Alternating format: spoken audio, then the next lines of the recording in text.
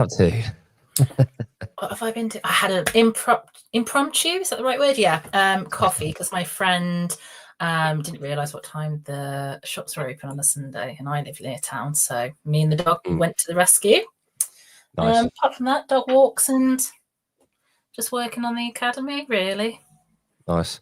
The shops opening at weird times. I went to Manchester a little while ago, and Liverpool do this as well. And Primark, it opens like an hour before they actually start selling shit, and you can walk around and shop, but you're not allowed to buy anything. And it's like you're walking around, and it's just you can't actually go to the tills. You're just walking around with a shopping basket, like trolleying up. But legally, because they can only go on certain hours trading, but they're not trading. You're just walking around having a look at shit. It's well good. It's like open gym. Yeah. I don't know what you do at open gym. Yeah, just shop. Hello, Con. Hi, Connor. Is he one of yours, Hannah? He's one of mine. I think it might be Claire, actually. I don't think it's Connor. Claire's his mom. Might be bless her. She's looks after the kids on the ambassador team. Oh, amazing. Good. So talking of kids, I just want to give a shout out. Hello, Claire. It is Claire. I want to give a shout out to my kids' coaches, because the reason I'm scrambling around today, we flew back. I'm so glad we flew back now from Liverpool. We're at my kids' jiu-jitsu tournament. We went across from the island. The ferry's like 4 hours to get across, and the flight from Liverpool is 25 minutes. Okay. So I booked the flight last minute. I changed the boat return. We've got the boat yesterday and came back, changed the flight. We flew back, and the boat's been cancelled tonight. So the other 25 people are like stuck in Liverpool for another night. No, you timed that so well. I know, but I want to like big props to my kids' coaches, because they don't have kids of their own, but they're like mid-30s, and my God, they are so insanely good with the kids. Like when I coach kids classes, I'm a nightmare. I'm just like I teach them like adults, and I just got no sympathy for them. But honestly, the way they teach, the way they talk, the way they approach it, everything's just so well done, and it's lovely to watch, and it's inspirational, because it does give you food for thought for when you are coaching kids yourself. Who are the coach? What are their names? The coaches? Miles and Kat. So they're jiu-jitsu coaches. Yeah, they're awesome. They're well. How old are they? 37. Both of them are 37. Yeah, they're well cool. But again, like I said, like you'll be sat there and they make you feel bad as being a parent for how you talk to your kids. It's like, shut up, go away. It's like Christmas. Do you know what I mean? Yeah, exactly. Yeah. But they settled their nerves. It's both of their first comps, and like it's a big thing. Like there's adults going in the corner. There's all the different belts going on, different ages, and because there's not many girls in their age group, Athena had to fight against boys. It's not so much. Yeah, it's not so much of a big like difference at her age. She's only 8, so by then the physical development isn't quite as pronounced, but it's still there. There's still a bit of difference. But she fought a little heart out, and she did really well. So I was well proud. But yeah, that's enough about me anyway, and my thing. Thank you both for joining me. Really a pleasure to have you both on at the same time. I've had Steve and Hannah on the show beforehand, and through their hard work and communication and stuff, they've kind of linked up. So the idea behind this show is I want to give everyone another feeler for what individually what Steve and Hannah are all about, and what service they provide, and how cool they both are as people. And then a little project they've got going on together, and then Hannah's got a big project that we're gonna have a chat about. Steve's got to shoot off at 7, haven't you, Steve?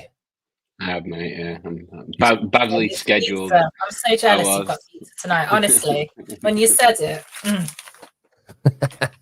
Just so Steve knows, I'm watching this in my pants in the garden. Good, because I've only got a shirt on. Like, I'm literally naked from waist down.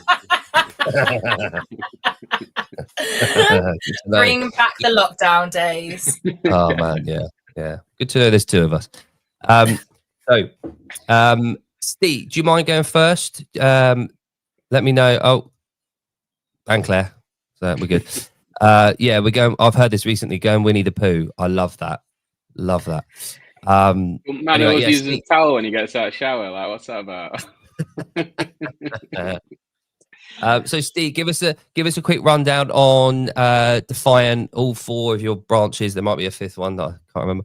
Yeah, so Defiant.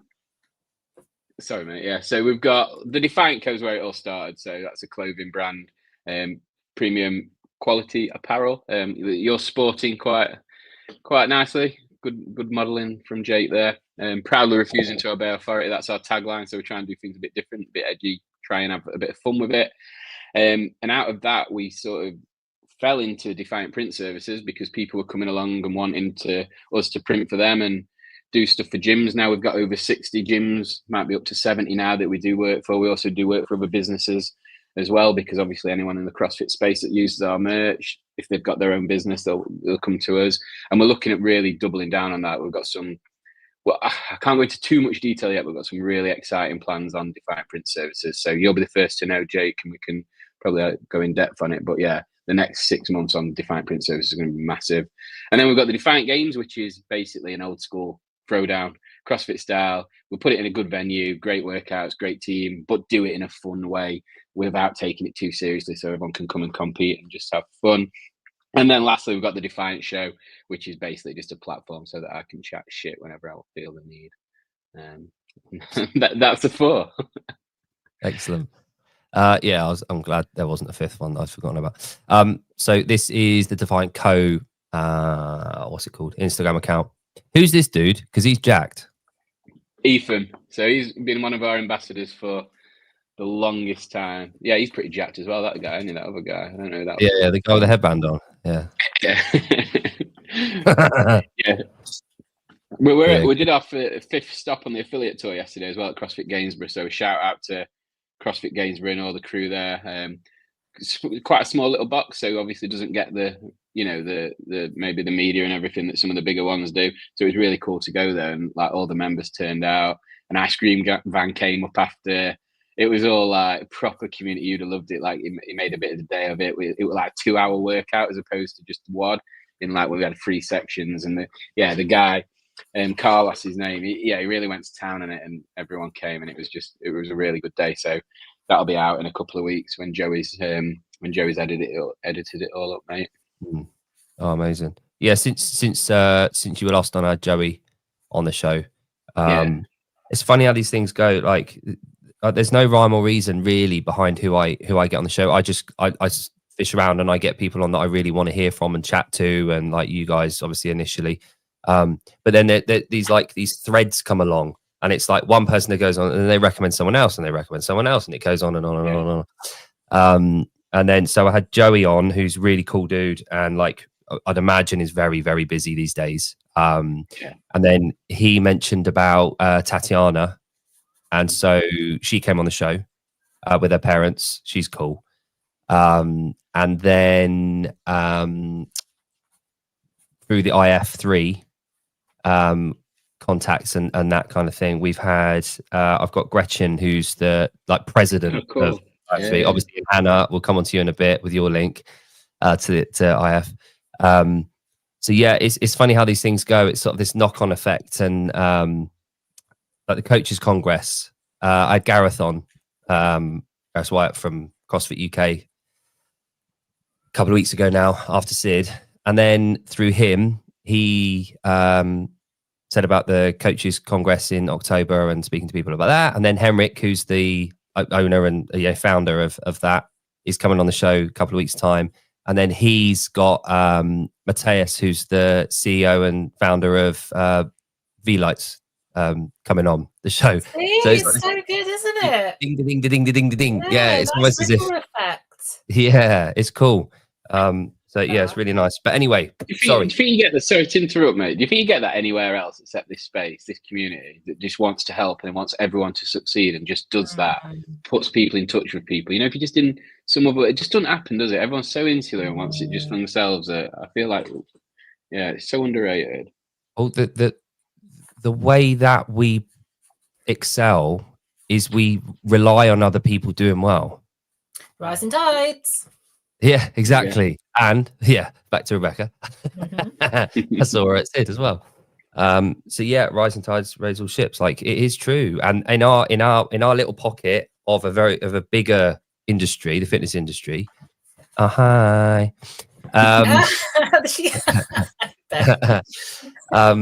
It's so bloody true. You know, and the nature of a coach, the nature of the affiliate model. Like, I've talked about this to a few people that don't really understand how the affiliate model works, and other gym industries and fitness, PTs and everything. PTs understand it more than regular gym managers at David Lloyd or whatever. But our business model, we rely on people attending about 3.5 times a week. Like, we need it. We need them coming in. Whereas David Lloyd, they rely on 4,000 plus members attending 1.2 times a week. That's their whole business model. We rely on people coming and getting better. And I think it's built into the very nature of CrossFit and the affiliate model, is that we rely on people to do well. So that kind of filters through to everything that we do, like with the third parties and the everything involved. Which is why people that don't do that don't really last too long in our scene. It's true, isn't it? Yeah. So anyway, true. Hannah, hello. I know you've got many channels to your name. Can you give us a quick rundown on like top line, and then go into each of those for me, please? What's the saying? Master of everything? No, jack of all trades and master of none. That is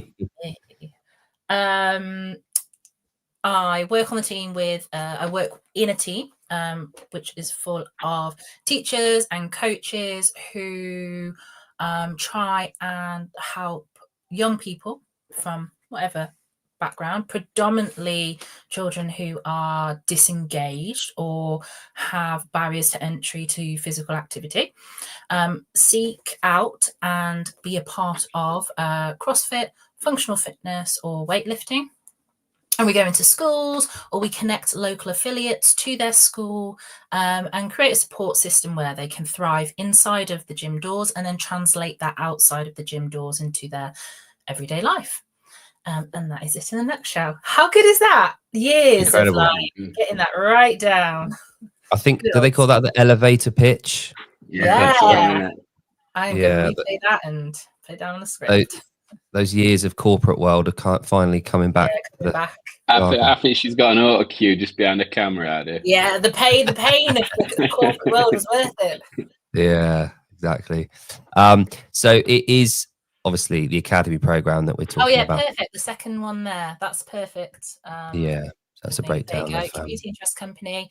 We work with British Functional Fitness, CrossFit UK, British Weightlifting, loads of various association of colleges and active partnerships up and down the country. Embed functional fitness, like we said, or weightlifting, and then that's the team.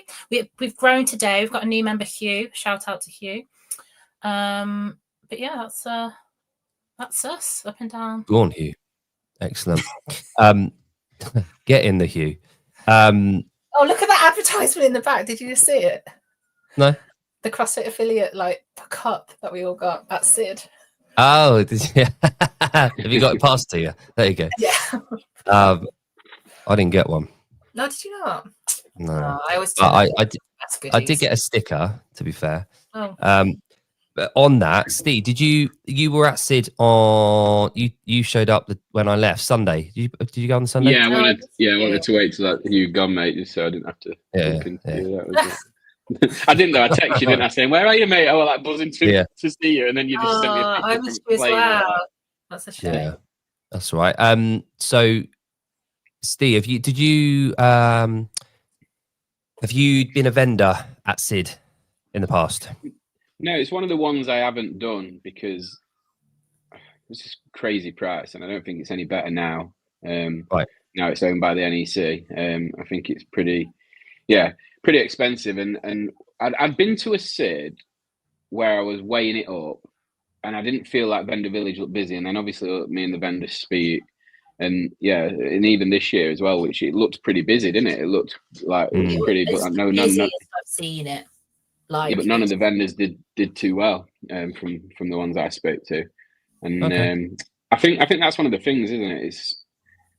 There was a lot of athletes at Sid, and athletes aren't necessarily customers. It's the spectators that tend to be the best buyers. And I think at places like Sid, when you've got a big comfy stand that everyone gets a spot in and don't want to move, sometimes they don't walk around and spend as much. So, but it's just one that I've never done really. That is interesting feedback because, like you said, from a spectator just walking around, and I would have assumed it was you know, pretty decent. I mean, I spent a few quid, although not as much as I wanted to. I walked through, and you know, I'm building up on my arm, and I walked through, and I was there to coach for the weightlifting. And I was there, and I just panned to the right, and then I saw that tattoo pop up thing, and I was like, "Oh my god, it's destiny! Like I need one." There's a tattoo. I've got a few hours, and I text my wife. I sent her a picture of the thing, and I just got no back. Just word no. I was like, oh no, because every penny counts at the moment because we've got another kid on the way. So, but I was like, oh man, in December, but it's months away. So you know, I've booked another one for a month's time, but don't tell her. But yeah, so but you're right. I think the optics of Sid was it visually, and it was amazing. You had the weightlifting on the left, and maybe the vendors weren't necessarily geared up for the weightlifting crew that were there. Potentially, I know SBD were there, but they were pretty much. Oh, the weightlifting house were there, obviously, of course. But other than those two, I think everything else was geared up for the CrossFit side of things. I'd imagine the coffee place did well. Yeah, I think someone's put in the chat if you're going to Rogue. Oh yeah. Yoni boy. I am 100%. But that's again. So like when I say like I feel like Sid's expensive, I do it based on a value of, you know, like what I think I'm going to get back from it. Like whereas Rogue, we did it last year because we knew it'd be good, and we're doing it again this year. It's the most expensive after Arnold, the most expensive one we've done, but the value is just incredible because not only is everyone from Europe descending on it, I think the that's reach where after is really good as well. At Arnie's, wasn't it? Yeah, it was insane. It's next level. Yeah, and that's good. Things like Arnold are good because it's like a shopping experience, really, isn't it? That just happened to have a CrossFit event in it. When Sid, everyone's going there to compete, so they don't necessarily spend as much. Whereas everyone's going to Arnold to walk around an exhibition, which means they're a little bit more likely to spend.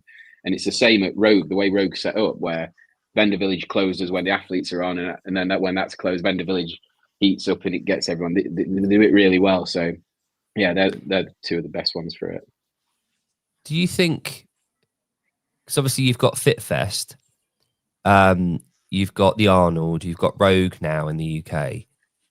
Do you think having these massive fitness festivals where the vendors, and it's like a bigger shopping experience, do you think that's had any effect on the smaller competitions like yours, for example? Do you think that's had any impact on vendors throughout the rest of the season for smaller events?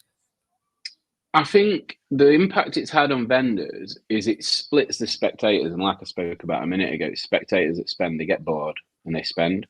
So because there are so many comps, and now the fact that there are even bigger ones, I think it can impact, but it depends what you do and how you engage the people. So like at the Defiant Games, last year we took a little less than the year before, but this year we took more than we've ever taken.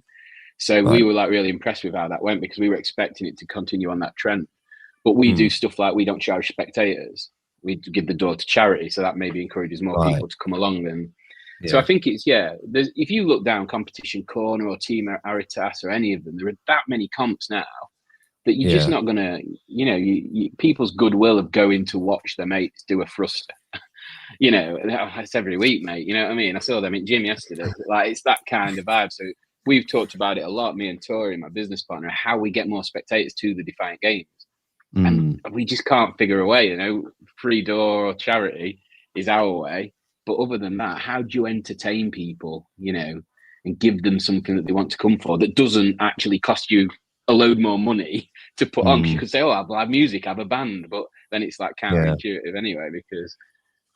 Well, so that merger of events, though, like the British champs being at Sid alongside it, if they would have been separate, neither one would have, like, they're great in the sum of both parts, aren't they? Like, the event was just incredible. I think we've been quite lucky because we're going to be at FitFest this year, but we're going to run a young person and children's activity. So on the Saturday, the Friday and the Saturday, we've got quite a nice sized area, and we're going to do workshops. So handstand workshops, British weightlifting will come in, do a workshop. We're going to have throwdowns. We're going to have, I think we've had about 18 schools register interest to come on the Saturday. Wow. And they're going to be, yeah, like I said, full of workshops, full of activities.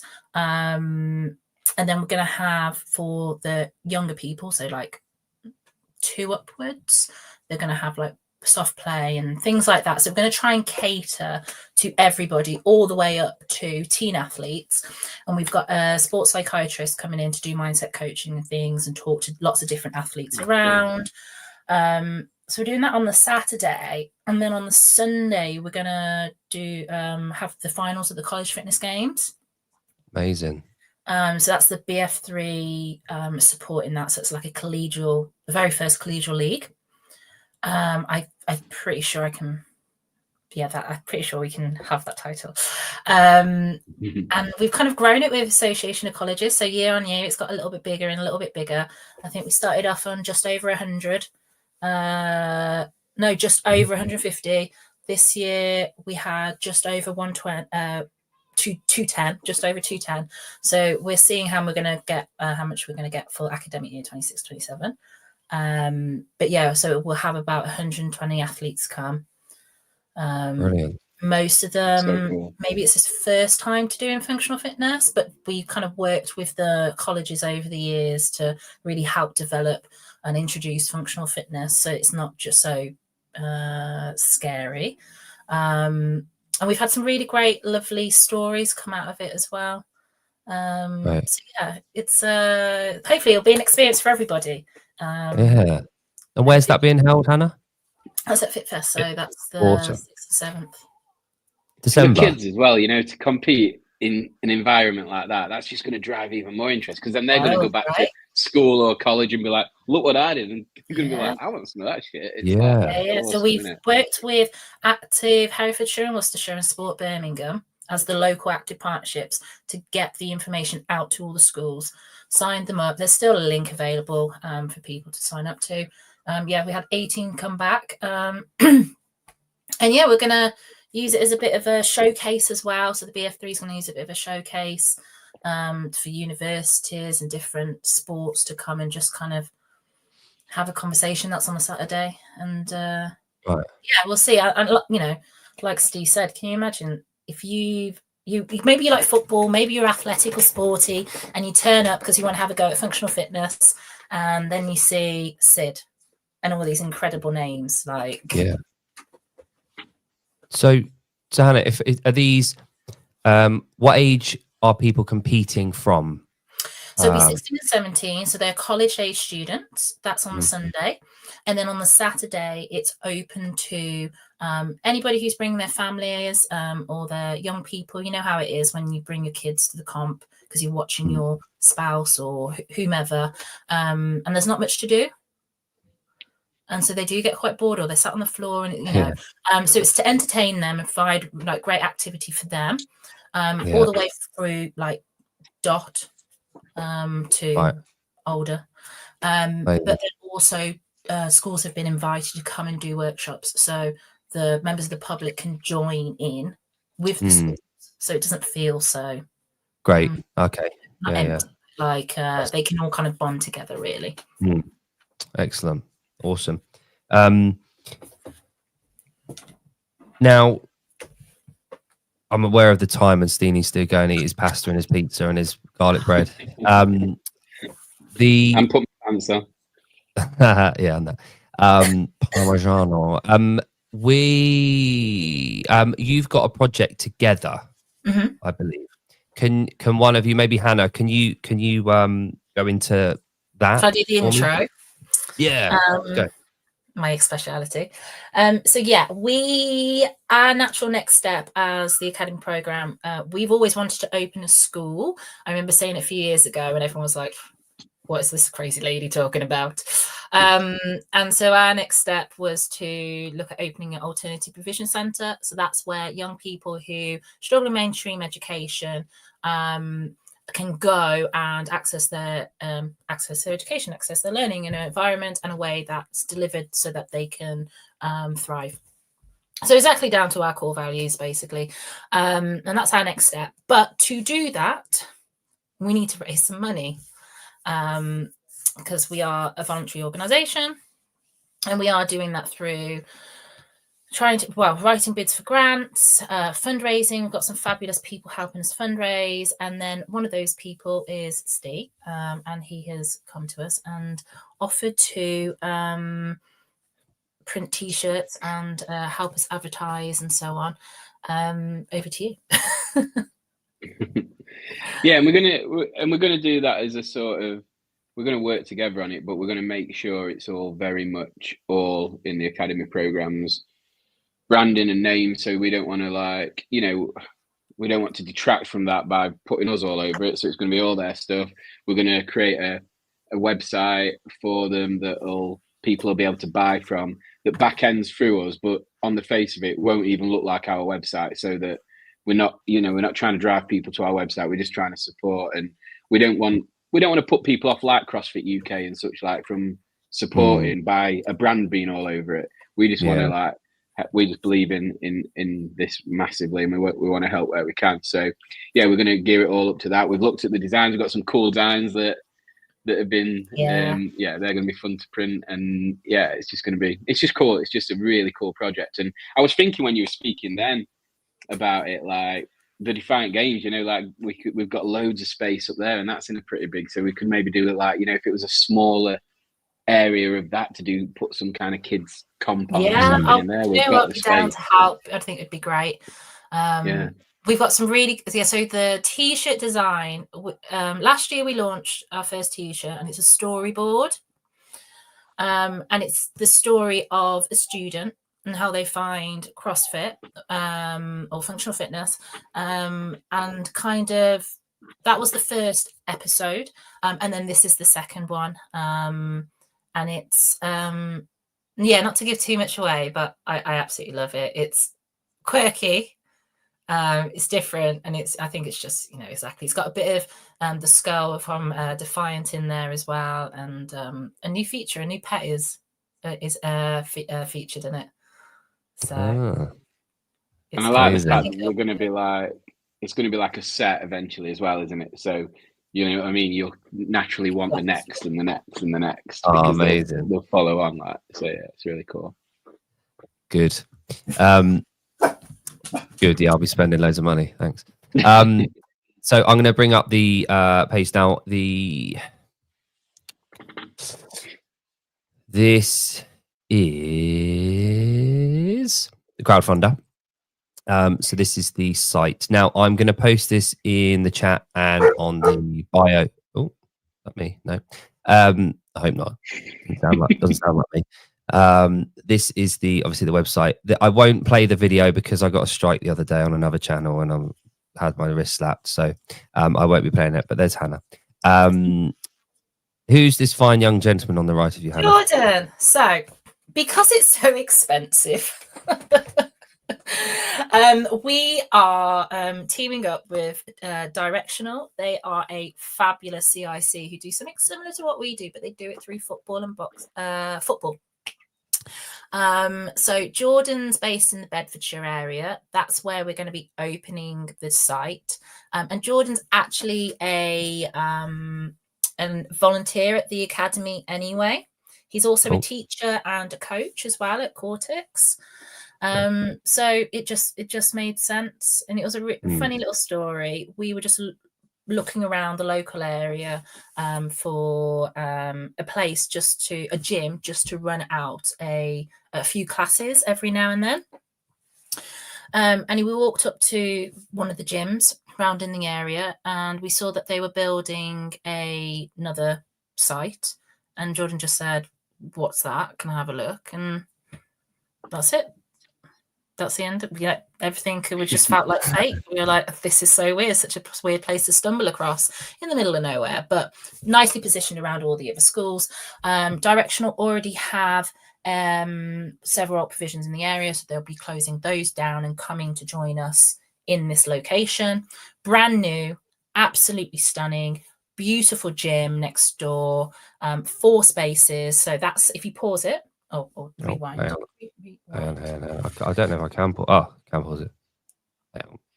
So that's the Alt Provision Centre. It's got four areas, huge classrooms. We're hoping to get about eight children in each classroom, and then a recreational area, which will also kind of be a sensory calm down area. And then outside, we're going to have a sensory garden.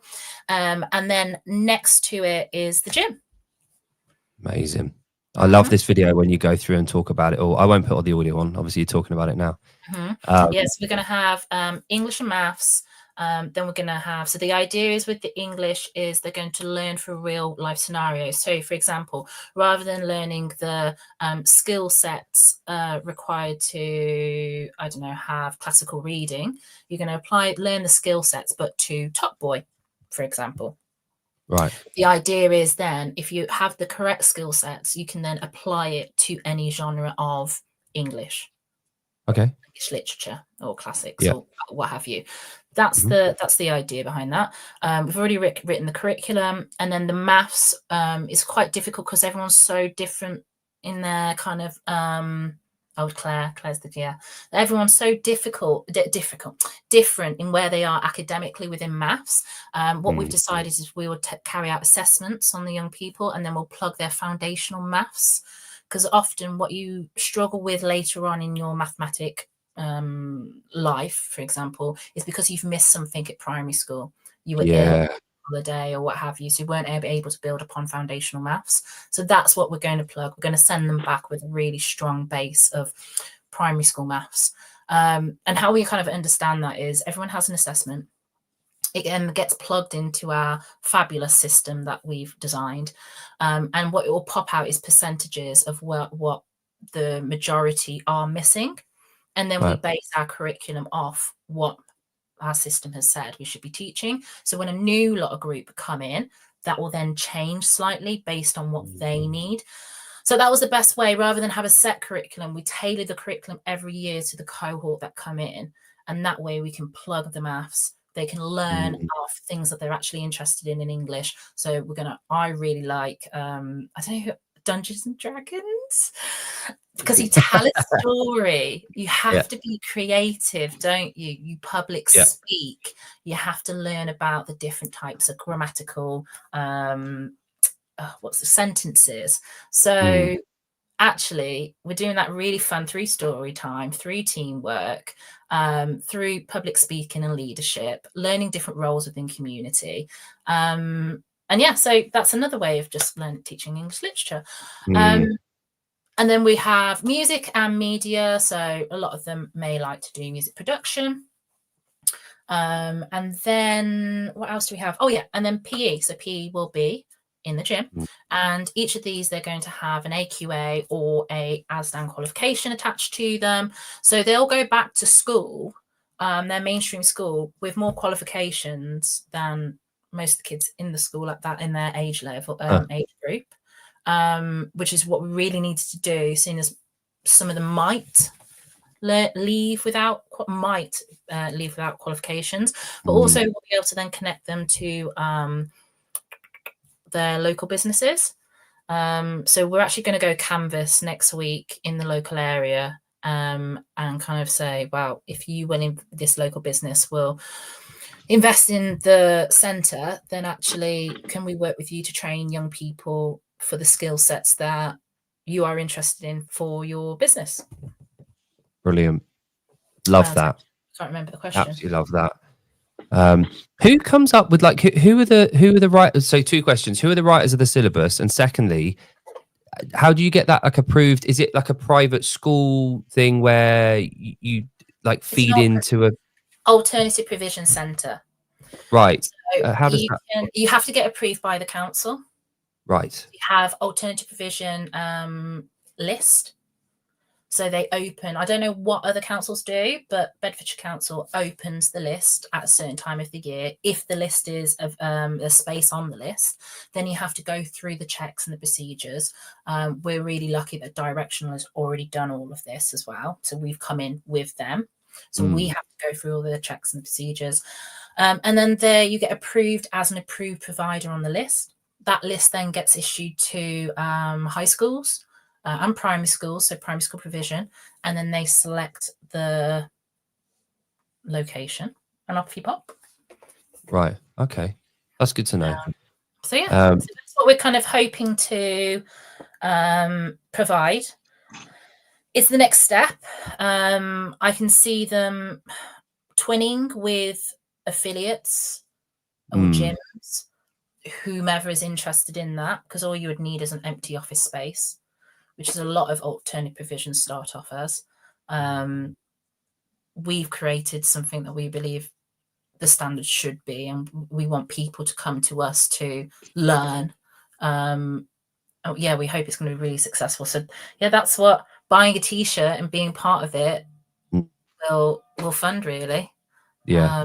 And we're just 100%. really grateful to people like Steve who are, you know, I suppose stepping up and helping give back to young people. Hopefully that will just generate and create the next lot of people coming into our community.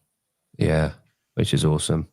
I love that take that curriculum idea to the government, teach them how to actually teach people, because that sounded absolutely unbelievable, rather than these rigid things that no one even believes in and kids aren't interested in. It's like, yeah.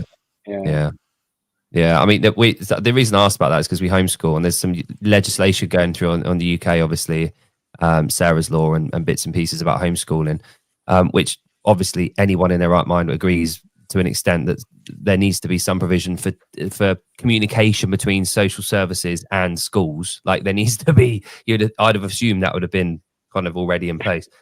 But yeah, the curriculum side of it, when we first homeschooled, it was like, where do we get, like, no one, it was just like, off you pop. And it was like, well, is there anything for us to pull from? Nothing. Like, you're on your own.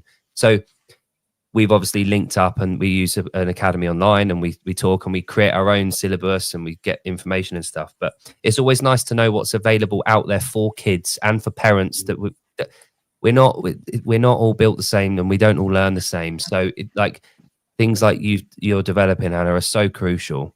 And you know that. I mean, I'm preaching to the choir here, but yeah, there'll be a cohort of kids and a continuation of a cohort of kids that are so damn thankful for people like you in the future for putting them together. So, you know, the guys are just, yeah, takes everyone, doesn't it? It takes a village. It does, but also the repercussions of that will be seen in 20 years, 10 years, 5 years. It's not necessarily an instant thing, but society will gain from it in 10, 20, 30, 40 years.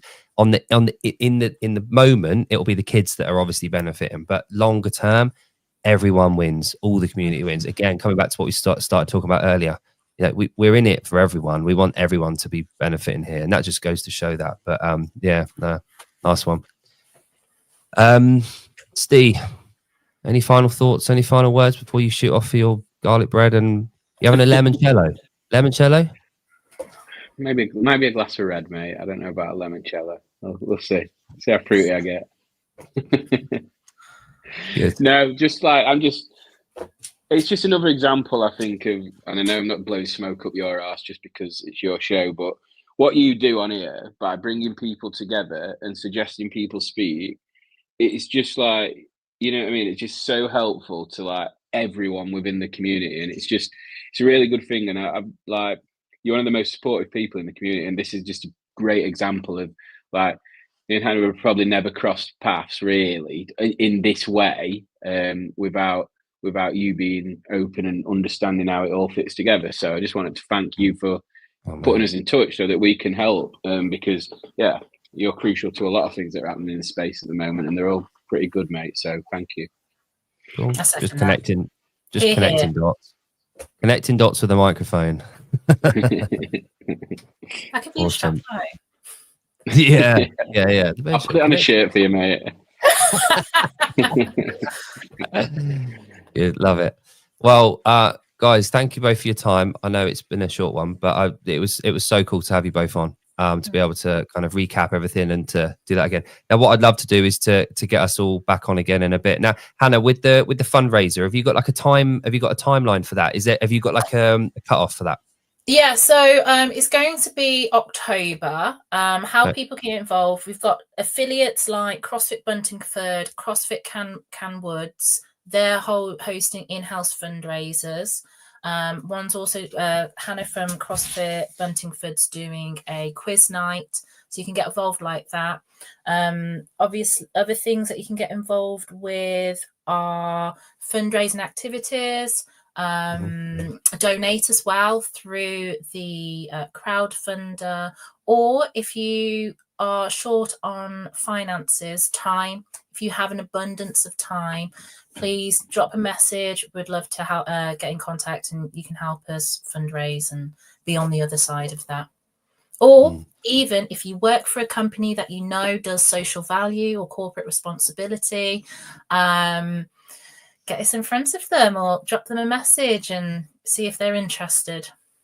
And Hannah, what's the best way to get in contact with you? Is it via the crowdfunder or for the Academy program? You can go via the crowdfunder, or you can go through our socials. You can drop Jake a message. I've also got my email as well. So I can drop that in the comments. Can I? Maybe not. Yeah. I've copied her. I will do my best to. There we go. There's the link. I'll do my best to put it in the YouTube link as well. I'll comment in the YouTube comments anyway. But yeah, we'll get that, and I'll try and get it up as much as I can through socials and everything like that. Just let me know anything that we can do. Try to do my best for that. But guys, thank you so much for your time. Really appreciate it. Thank you for having us. Thanks for having us, mate. My absolute pleasure. Thanks for joining, guys. And I'm back on. When am I back? Tuesday. With a special guest. Thanks for joining, guys.